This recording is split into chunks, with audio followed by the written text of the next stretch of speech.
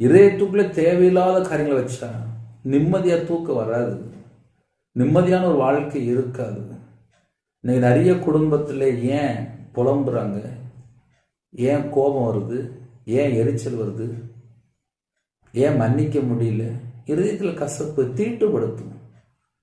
தீட்டுப்படுத்துகிற காரியங்கள் நமக்குள்ளே இருக்குமானால் ஆசீர்வாதத்தடை இருக்கும். அப்போ கர்த்தருடைய பிள்ளைகள் ஆசீர்வாதத்தை பெற்றுக்கொள்ளணும் அப்படின்னா தீட்டு இருக்கக்கூடாது.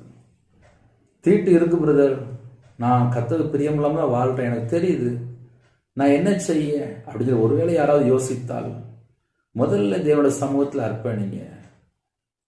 அப்பா எனக்கு மன்னிக்க ஒரு இருதயம் தாங்க, மன்னிக்க முடியாத ஒரு சூழ்நிலை நான் வாழ்ந்துட்டு இருக்கேன், நான் மன்னிக்கிற ஒரு பிள்ளையா இருக்கணும், தேவனோட சமூகத்தில் தாழ்த்துற பிள்ளையா இருக்கணும். மனம் திரும்பி ஏற்ற கனி கொடுத்தாதான் ஆசீர்வாதம்.